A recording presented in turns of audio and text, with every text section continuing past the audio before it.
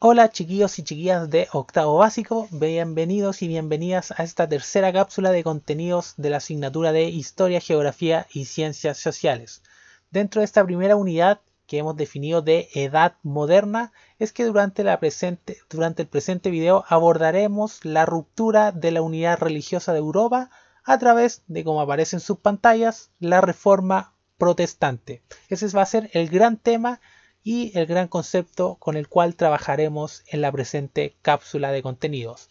El objetivo va a ser comparar la sociedad medieval y moderna considerando los cambios que implicó la ruptura de la unidad religiosa en Europa. En una Europa que está transitando entre, como lo hemos visto en la anterior cápsula, entre la Edad Media y la Edad Moderna. Nos vamos a situar en el siglo XVI, vale decir, entre el 1500 y el 1600 va a ser un periodo de grandes cambios en Europa central y en Europa occidental, en países como España, Francia, Inglaterra, Portugal, Alemania, entre otros. Van a ser países que hasta aquí, hasta el siglo XVI, van a cambiar su percepción religiosa, pasando de una sociedad y países principalmente dominados por la religión católica a ceder terreno hacia una nueva religión, una nueva doctrina que es el protestantismo. ¿Sí?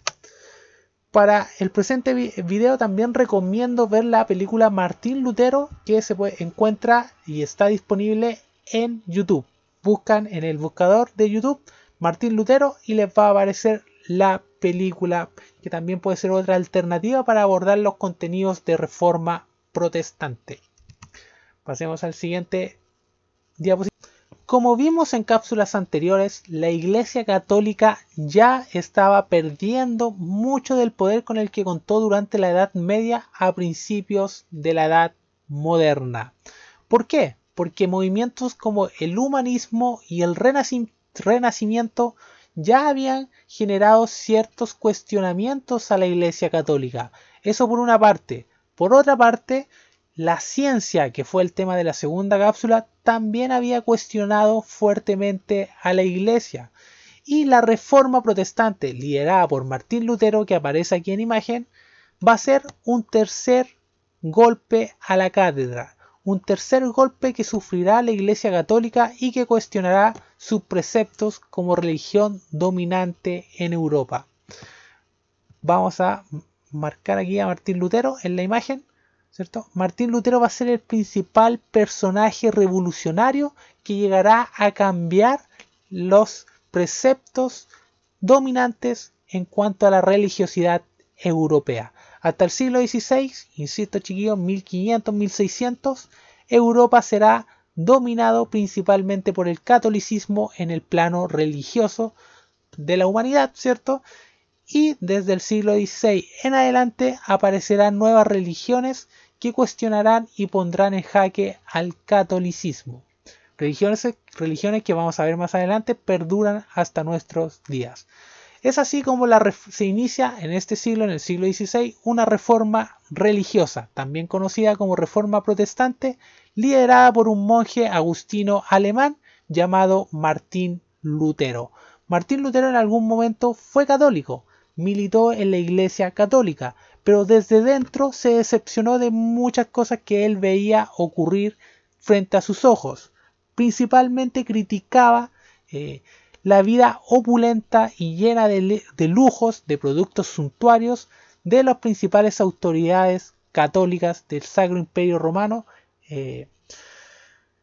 Que principalmente Martín Lutero era muy crítico de la figura del Papa, ¿cierto? Porque el Papa en aquel entonces, bueno, quizás hasta el día de hoy este es un cuestionamiento latente, vivía dentro de una opulencia, dentro de grandes riquezas que a él lo hacía cuestionarlo porque veía la pobreza de la gran mayoría de los ciudadanos europeos y por otra parte veía los grandes lujos con los que contaban los monjes y sacerdotes católicos. ¿Sí? Por una parte criticaba esa vía de opulencia, pero también, por ejemplo, una frase muy típica de Martín Lutero señalaba que solo la fe en Dios garantiza la gracia divina. Vale decir, ¿qué dice Martín Lutero? Que si yo creo en Dios, si mi fe está en Dios, no existen elementos terrenales que puedan sopesar esa fe en Dios. Por ejemplo, Martín Lutero no creía en los santos ni en las vírgenes porque para él no eran más que figuras de yeso que no representaban el poder divino. No necesito intermediarios para hablar con Dios. No necesito de curas, no necesito de obispos. Yo simplemente puedo establecer como ciudadano, como humano, como ser humano, una relación directa con Dios. También cuestionó la idea de que el perdón podía ser comprado. Eso es lo que vamos a ver más adelante, porque la principal crítica, y esto es la gran trama de la película de Martín Lutero, es la crítica a la venta de indulgencias. ¿Qué son las indulgencias? Aquí me equivoqué en la presentación, esta es una A. ¿Qué son las indulgencias? Son un papel, es un contrato que firma, entre comillas, Dios con los humanos. En aquel contrato, Dios perdonaría los pecados del hombre.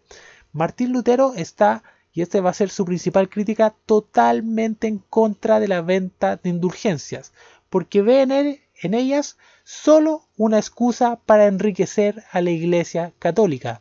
La Iglesia Católica durante el siglo XVI requirió de mucho dinero de sus fieles para construir grandes y opulentas iglesias y santuarios, como por ejemplo el que vemos atrás en la imagen de la diapositiva, que es la capilla de San Pedro, que es la típica capilla emblemática del catolicismo, ubicada en el país del Vaticano, en la ciudad del Vaticano, y que en definitiva sería una demostración de la gran opulencia con la que contaba la Iglesia Católica y que contó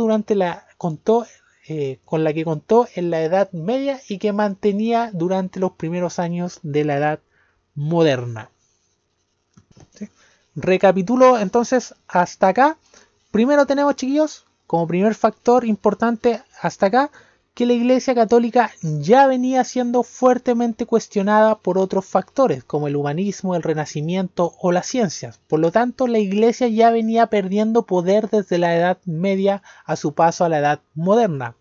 Y en segundo lugar, la Reforma Protestante vino a agudizar, vale decir, hizo más grande esta pérdida de poder de la Iglesia Católica. Vino a cuestionar derechamente las prácticas en las cuales incurría la Iglesia Católica romana. Entonces viene a ser como dos golpes que le llegan seguido a la Iglesia y con los cuales va a empezar a cimentar el fin de la hegemonía católica en Europa. Pasemos a la siguiente diapositiva. Esa es una imagen de un ejemplo de la indulgencia, ¿cierto? Este papel, este contrato que supuestamente firmaría Dios, representado a través de los sacerdotes y a través del Papa en la tierra, con los fieles para comprar el perdón a sus pecados. Lutero decía, no, esto es simplemente un papel más. Lo único que necesito para que Dios me perdone mis pecados es creer en Él. No necesito ningún papel que diga que en definitiva Dios me perdona. Si yo tengo una buena relación con Dios, ¿para qué comprarlo? ¿Para qué empobrecerme más de lo que estoy? ¿Y para qué enriquecer más a la iglesia de lo que ya lo es? ¿Sí? Aquí hay un meme, ¿cierto? El reto Lutero etiqueta a ese amigo que protesta por todo, ¿cierto? Porque Martín Lutero fue eso, fue un revolucionario, vino a cambiar lo que la sociedad europea de aquel entonces consideraba como la verdad. La gran mayoría, insisto, de los europeos del siglo XVI eran católicos y pensar distinta a la Iglesia Católica fue un acto realmente revolucionario de protesta. Por eso ahí viene el nombre de la Reforma, entre comillas, protestante. Aquí hay una pequeña cita también, si quieren poner pausa al video para poder leerla y sintetizar un poco lo que hemos trabajado o los conceptos que hemos trabajado hasta aquí. ¿Qué señala Martín Lutero? Martín Lutero sintetiza sus principales postulados en 95 tesis. Por ejemplo, la tesis 37 señala que cualquier cristiano verdadero, sea que esté vivo o muerto, tiene participación de todos los bienes de Cristo y de la Iglesia. Esta participación le ha sido concedida por Dios, aún sin carta de indulgencias. ¿Ve? Aquí vemos una crítica a la venta del perdón divino. Ese es el principal motor movilizador de Martín Lutero, poner fin a la venta de estos simples papeles con los cuales la Iglesia Católica se enriquecía. Y por ejemplo, en la tesis 86 de Martín Lutero señala que ¿por qué el Papa, cuya fortuna es hoy más abundante que la de los más opulentos ricos, no construye tan solo una basílica de San Pedro de su propio dinero, en lugar de hacerlo con la de los pobres creyentes? ¿Cierto? Aquí sintetizamos un poco la visión que tenía Martín Lutero en torno a la Iglesia Católica. Desprestigio de la Iglesia Católica que ya venía y que también significó el desquebrajamiento interno de la Iglesia Católica.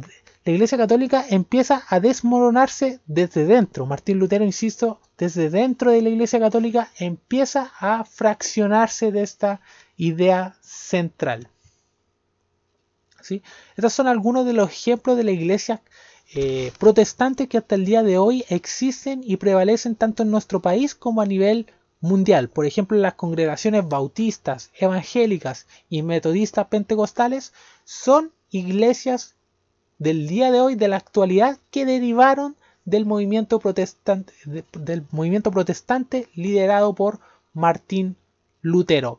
Martín Lutero es el principal personaje de la Reforma Protestante, pero también hay un segundo gran personaje que se llama Juan Calvino. Juan Calvino viene a ser como el Martín Lutero lo fue para Alemania, Juan Calvino lo fue para Inglaterra. Lo que sí, Juan Calvino tiene una diferencia, que por ejemplo, al igual que Martín Lutero, defendía la libre lectura de la Biblia, vale decir, criticaba a los santos, a la figura del Papa y de los obispos, entre otros, pero se diferenciaba de Martín Lutero en que era más radical en cuanto a su postura, porque Juan Calvino quería, además de aquel precepto de creencia en Dios, más que en las figuras del catolicismo, proponía la separación de la Iglesia con el Estado. Vale decir, la Iglesia no puede interferir en ninguna decisión del Estado. Hasta el día de hoy la Iglesia es muy potente, es una institución muy poderosa. Por ejemplo, los voy a llevar a un debate contemporáneo que es el debate del aborto. ¿Será el aborto una opción para las mujeres en el Chile actual? Por ejemplo, quienes están a favor o quienes están en contra muchas veces esgrimen argumentos derivados de la religión, ¿sí? Entonces, por ejemplo, ese sería un ejemplo de cómo la Iglesia Católica interfiere en los asuntos del Estado. Juan Calvino dice, no, la Iglesia no puede interferir en las decisiones del Estado. Juan Calvino también, esto es como la copucha histórica, tuvo gran apoyo del rey de Inglaterra de aquel entonces, que era Enrique VIII. ¿Por qué tuvo apoyo de Enrique VIII? Porque este rey quería separarse de su pareja de aquel entonces, que la reina, si no me equivoco, se llamaba Catalina de Aragón. Quería separarse, divorciarse. Entonces le manda una solicitud a la Iglesia Católica para poder hacer oficial su separación, y la Iglesia Católica se la niega porque dice que estaría rompiendo uno de los 7 sacramentos. Entonces, ¿qué hace Enrique VIII? Dice, ya la Iglesia Católica, en tono de medio picota, dice, la Iglesia Católica no quiere oficializar mi separación, entonces apoyo a Juan Calvino, porque en definitiva el protestantismo sí permitía la separación y la ruptura de este sacramento del matrimonio. Entonces ahí entre los dos crean su propia iglesia, por así decirlo. Sí, aquí está un meme, ¿cierto?, de Martín Lutero, que es fundaré mi propia iglesia con juegos de azar y mujerzuelas, ¿cierto? Haciendo como un poco una humorada para ir entendiendo también los contenidos. Como Martín Lutero funda su nueva iglesia, la iglesia protestante, para diferenciarse de la iglesia católica, ¿cierto? Pero la iglesia católica no se queda quieta, responde a la reforma protestante. ¿Y cómo responde? A través de una contrarreforma. Los principales obispos católicos se reúnen en Trento en el año 1543, en la ciudad de Trento, y forman el Concilio de Trento. Vale decir, una reunión en la cual se congregan los principales obispos de la fe católica y discuten cómo hacerle contrapeso a la iglesia protestante de Martín Lutero y Juan Calvino. Dentro de este concilio de Trento llegan algunas conclusiones que, según yo, me marcarían una de las épocas más oscuras de la Iglesia Católica en la historia. ¿Por qué? Pasemos a la siguiente diapositiva. Porque dan paso al uso de la Inquisición. ¿Qué es la Inquisición? Son métodos de persecución, tortura, juzgamiento y condena a cualquier persona que profese una fe que no sea la fe o la religión católica. Va a decir, la Iglesia Católica realizó patrullas de civiles en las cuales se perseguían a cualquier persona que renegara de la fe católica. Esto se ve muy bien en la película de Martín Lutero, donde persiguen a quienes seguían las directrices de Martín Lutero. Es más, Martín Lutero vivió gran parte de su vida escondido por temor a las consecuencias de ser pillados por la Inquisición. Principalmente, la Inquisición se utilizó como una herramienta de tortura hacia los disidentes de la religión católica, ¿sí? De esta época también se derivan las cacerías de brujas, que se decía en aquel entonces que existían muchas brujas. Entonces las brujas eran perseguidas, quemadas en hogueras públicas frente a vista de todo el resto de los pueblos y ciudades. Sí, aquí tenemos algunas imágenes, ¿cierto? Imágenes tristes, creo yo. Insisto, esto puede ser alguna de las etapas más oscuras de la Iglesia Católica. Creo yo que es la segunda, después de el descubrimiento, la conquista de América, en donde también se llevaron a cabo muchas atrocidades. Creo que en Europa probablemente la Inquisición, el periodo de la Inquisición durante el siglo XVI, sea la etapa más oscura de la Iglesia Católica en la historia occidental. Sí, ahí tenemos, por ejemplo, a la izquierda lo que les comentaba acerca de las cacerías de brujas, y también acá vemos otro método de tortura a quienes profesaban las ideas protestantes. Finalmente, chiquillos, aquí vemos un mapa en donde referenciamos un poco las ideas de Martín Lutero o las ideas luteranas y las ideas de Juan Calvino o el calvinismo o calvinistas, ¿cierto? Vemos en definitiva en el mapa, esto lo quiero ver un poco rápido y no impide mucho, la Iglesia Católica en toda Europa central y occidental, vamos a marcarlo por acá, era la religión dominante. Una vez que empiezan a surgir nuevas iglesias de carácter protestantes, la Iglesia Católica empieza a perder poder y la hegemonía que había mantenido hasta el siglo XVI. Por eso es que vemos algunos sectores que están marcados con otros colores. El caso más emblemático es Inglaterra. ¿Por qué Inglaterra? Porque, como ven, Inglaterra prácticamente completa, se volvió a la religión calvinista y anglicana, ¿cierto? Este mismo mapa, un siglo atrás, 100 años antes, hubiese sido naranja, hubiese sido completamente católica, pero Inglaterra fue el ejemplo más radical de cambio de religión. Pasa a ser un territorio durante el siglo XV dominado por el catolicismo a un territorio durante el siglo XVI dominado por el anglicanismo y el calvinismo, ¿cierto? Menos iglesia católica, más iglesia protestante. Esa sería como la síntesis de este mapa de evolución histórica. Eso, muchachos, que estén muy bien. Ese sería el gran tema. Espero que haya contribuido al fortalecimiento de los contenidos de la Reforma Protestante. Que estén muy bien, cuídense, hasta una próxima cápsula de contenidos.